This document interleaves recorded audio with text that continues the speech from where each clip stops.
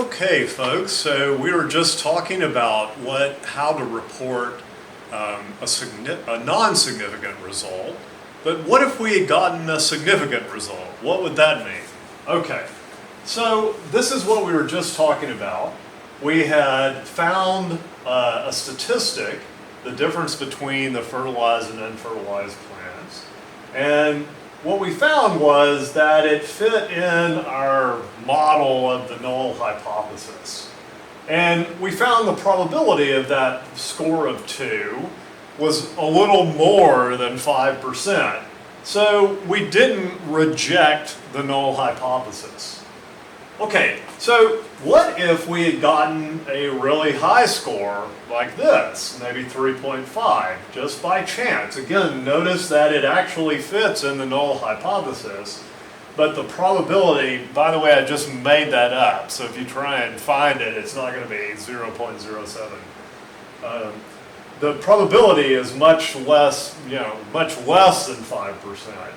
In this case, we would say the fertilized plant grew taller, and then notice again we put the probability in parentheses. Okay, so when we say we're comparing these probabilities to 5%, let me tell you what 5% is. 5% is something called alpha, and we set alpha a priori. Like I said before, by convention, most scientists set alpha at 5%. So any probability less than that, they reject the null hypothesis. However, if you are like doing a study of some new medicine and you needed to be really sure, there's no reason why you couldn't set alpha at 0.01%. The nice thing is that we now report probabilities, so it almost doesn't matter what we set alpha at, except that we're going to draw a conclusion, I suppose. And notice that you do write your conclusion differently depending on what side of alpha your statistic falls. Okay? All right, now in this case, if we had gotten this really high score just by chance when the fertilizer wasn't doing anything, we would have said, that it worked when it didn't. This is an error. This is what's called a type 1 error. All right? So alpha is actually the probability of a type 1 error. In other words, any score above there, we're going to reject this null hypothesis. And so we say that alpha is the probability of a type 1 error. Okay. Well, if there's a type 1 error, you're probably guessing there must be a type 2 error.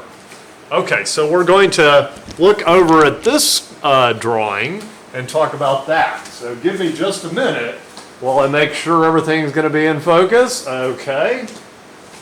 All right. So here we have alpha. Notice that if you extend this line up, we have another region over here which I've labeled beta. So on this drawing, you may notice I have two hypotheses. So here's the null theoretical hypothesis, and here is an alternate hypothesis. So assume for a minute that the fertilizer really does work, like it really does show a difference, or it really does cause the plants to grow at a different height. The mean here could be something like 5. All right. However, we got 2, which was much lower than you might expect.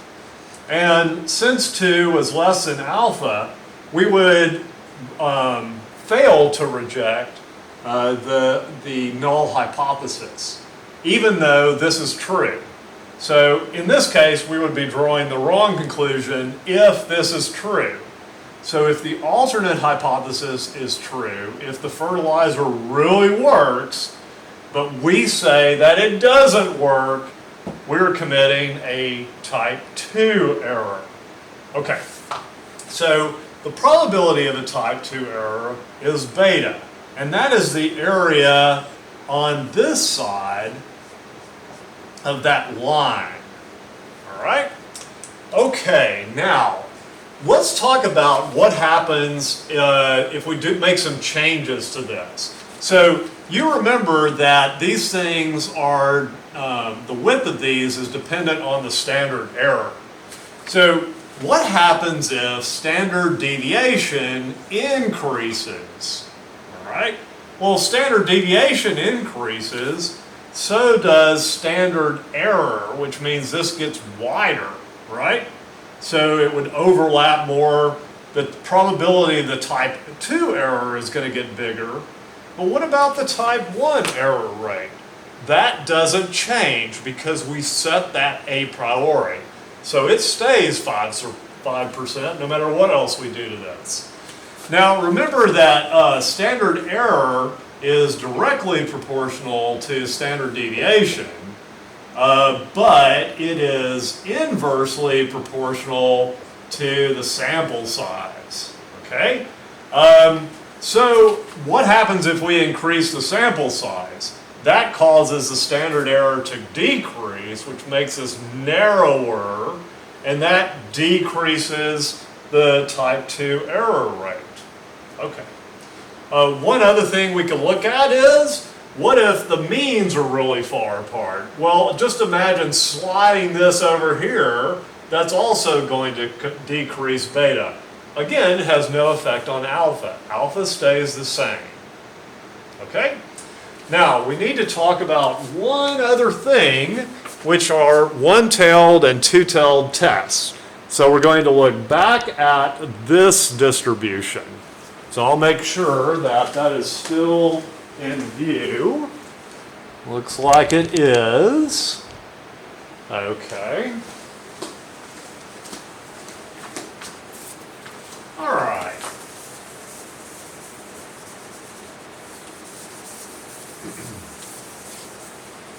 Okay, so you may remember that at the very beginning I had formulated a null hypothesis of f is equal to u, okay, or mu, I guess it is. And we had our alternate here was that they're different. Okay, so when you look at this, what that means is if you take the difference of them,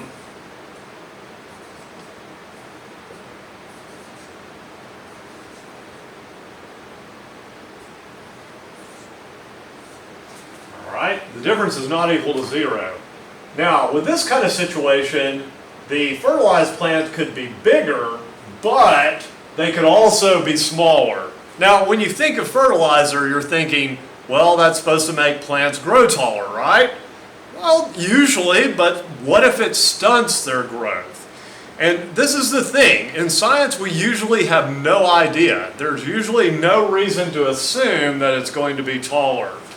So what we have to consider is we have to consider possibilities where the alternate hypothesis is actually smaller.